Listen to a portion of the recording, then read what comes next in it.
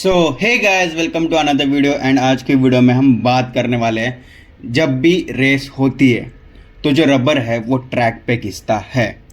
तो एक पूरे फार्मूला वन रेस में, एक पूरे फार्मूला वन रेस के वीकेंड में कितना रबर जो है जो ट्रैक से चिपकता है उसके बारे में बात करेंगे। एंड ये काफ़ी एक माइन्यूट सी इन्फॉर्मेशन है, बट मुझे लगा कि ये काफ़ी इंटरेस्टिंग इन्फॉर्मेशन है, तो मैं इसको छोटे से वीडियो के थ्रू जो है वो आपको बताऊंगा। तो जैसे आपको पता होगा कि एक फार्मूला वन वीकेंड में टोटल 22 कार्स होती है एंड टोटल 5 इवेंट्स होते हैं, practice 1, practice 2, practice 3, qualifying and race, या फिर practice 1, sprint, qualifying, sprint race, qualifying and race. तो मैं आपको एक चीज़ बताना चाहूँगा कि ये जितना भी सारा डेटा है वो ऑनलाइन मिला है, तो इसमें बहुत वेरिएशंस हो सकते हैं, बट 70 to 80% जो इन्फॉर्मेशन है वो सही होगी। आपको पता होगा कि हर एक प्लेयर को जो है वो 13 सेट ऑफ टायर्स जो है वो मिलते हैं। इसमें सॉफ्ट टायर जो होते हैं वो सबसे ज़्यादा मिलते हैं, एंड सॉफ्ट टायर्स ही जो है जो सबसे ज़्यादा जो है वो रबर छोड़ते हैं। तो टोटल एक रेस में 350 किलो का रबर जो है वो ट्रैक पे ले डाउन हो जाता है फ्रॉम द 22 कार्स। एंड पूरे एक रेस वीकेंड में जो है 510 केजी का रबर जो है वो ट्रैक पे आ जाता है। एंड पूरे सीज़न में देखें तो 10,200 केजी का जो है वो टोटल रबर जो है वो आ जाता है ऑन द ट्रैक्स। बट हाँ, आप इसमें ये रिकॉर्ड देख सकते हैं कि इसमें 19 रेसेस एंड 24 कार्स है, एंड लेटेस्ट में अपने पास 22 कार्स है एंड 24 रेसेस है। तो थोड़ा बहुत ऊपर नीचे हो जाता है, बट लगभग इतना ही जो रबर है वो मतलब समझ लो कि 10% प्लस माइनस जो केजी ऑफ रबर है वो एक रेस ट्रैक पे जो है, एक रेस डे के दिन, एक रेस वीकेंड के दिन, मतलब फुल रेस वीकेंड में एंड फुल सीजन में इतना जो है वो ट्रैक पे आता है। तो अब देख सकते हैं हर एक टायर सेट का जो वेट है वो ऑलमोस्ट सेम होता है, 46 केजी। तो ये 1144 जो नंबर है वो 4 टायर 13 सेट्स इंटू 22 ड्राइवर, अगर आप मल्टीप्लाई करोगे तो 1144 आएगा। एंड 286 जो है वो 13 सेट्स इंटू 22 ड्राइवर। उसके बाद जो है वो सिंपल बाइफिकेशन है कि तो सिर्फ रेस में जो है वो 350 केजी ऑफ जो रबर है वो ऑन ट्रैक आ जाता है। क्वालिफाइंग में 75 केजी, FP3 में 45 केजी, FP2 में 25 केजी एंड FP1 में जो है वो 15 केजी। तो ये जितना भी सारा डेटा है वो सब कुछ अप्रॉक्सीमेशन पे है।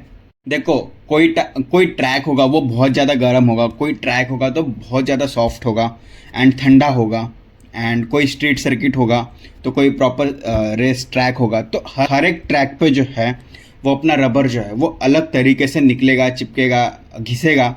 तो हर एक रेस में जो है वो जो रबर निकलने की जो अमाउंट है वो बहुत ज़्यादा ऊपर नीचे होगी। ये जितना भी डेटा है वो सब एस्टिमेट है। फिर नेक्स्ट टर्म की हम बात करेंगे, व्हाट इज़ मार्बल डेंजर। जैसे टायर घिसने के बाद छोटे छोटे चंक्स जो है उसको मार्बल बोलते हैं, एंड ये जो चंक्स है वो एट द रोड साइड में कहीं ना कहीं तो डिपॉजिट होंगे ही, ऐसे चांसेस है डिपॉजिट होने के। तो जब कोई कार उनके ऊपर से जाती है तो चांसेस है कि गाड़ी जो है वो अपना जो है ग्रिप खो दे बिकॉज ऑफ दिस। तो उसके वजह से भी एक रीज़न बनता है कि एक्सीडेंट हो सकता है। तो मैं आपको एक्सप्लेन कर देता हूँ कि मार्बल डेंजर क्या है। तो जो मार्बल डेंजर का किस्सा जो है वो 2011 के मलेशियन ग्रांड प्री में हुआ था, एंड जहाँ पे सेबेस्टियन वेटल ने बोला था कि ये जो मार्बल्स है ये एकदम गोलियों के जैसे लगते हैं। तो होप आप समझ गए होंगे कि ये मार्बल डेंजर क्या होता है। फिर नेक्स्ट आती है, इनको क्लीन कौन करता है। तो देख सकते हैं मार्शल्स होते हैं जो कि अनपेड होते हैं, फिर सर्किट ऑपरेटर्स होते हैं, एंड कभी कभी ड्राइवर्स भी जो है वो उठा लेते हैं, या कभी कभी टायर सप्लाई जो होता है वो करते हैं। फिर ट्रैक क्लीनर्स होते हैं एंड मार्शल जो होते हैं वो उठा लेते हैं, एंड सबका अपना अपना पैसा मिलता है, बट मार्शल जो है वो सिर्फ वॉलंटियर होता है। एंड जो मार्बल्स हम उठाते हैं या जो रबर के चंक्स होते हैं वो हम उठाते हैं तो उसको फेंका नहीं जाता। ये पूरा एक सस्टेनेबल इकोनॉमी, इको फ्रेंडली जो है जितनी भी सारी चीज़ें वो होती है वो या तो बारकोड ट्रैकिंग में यूज़ होती है, या तो छोटे छोटे ईंटें बनाने में यूज़ होती है, या जो रबराइज ट्रैक्स में बेचते हैं, या फिर पार्क्स में जो आप देख सकते हैं छोटे छोटे रबर्स आते हैं, वो वहाँ पे ये जो रबर के चंक्स हैं वो यूज़ हो जाते हैं। हाँ, जितनी भी सारे रबर के चंक्स हैं वो 100% रीयूजेबल एंड रिसाइकल हो जाते हैं। एंड इवन टायर्स भी, अगर ज़्यादा चंक्स नहीं निकला है तो वो टायर फिर से रीयूज़ होता है। एंड हाँ, आप ये चीज़ भी याद रखना, ये मैक्स वर्स्टैपन के एलिमिनेशन का कारण बना था इन GT3, कुछ तो रेसिंग था उसमें। वैसा ही रूल फार्मूला 1 में भी है कि अगर ऑस्कर पियास्ट्री या मैक्स वर्स्टैपन को जो है वो एक 13 सेट ऑफ ड्राई टायर्स जो है वो अलोकेट हुए हैं, तो वो जो है उसका टीममेट लैंडो नॉरिस या आइजैक हैजार जो है वो यूज़ नहीं कर सकता। एंड वो टायर शेयरिंग इसलिए भी अलाउड नहीं करते क्योंकि क्या पता जो टीम्स है वो सिर्फ एक ही ड्राइवर को बहुत ज़्यादा फेयर एडवांटेज दे, एंड जो दूसरे टायर का जो नया नया टायर्स है वो उसको देते जाए। तो बहुत सारी चीज़ें हैं जो होती है। बाकी मैं सोच रहा हूँ कि ये फार्मूला 1 में टोटल कितने नंबर्स ऑफ जो टायर सप्लायर्स है वो होके गए हैं, तो अभी एक छोटी सी वीडियो जो है वो मैं बनाऊँ।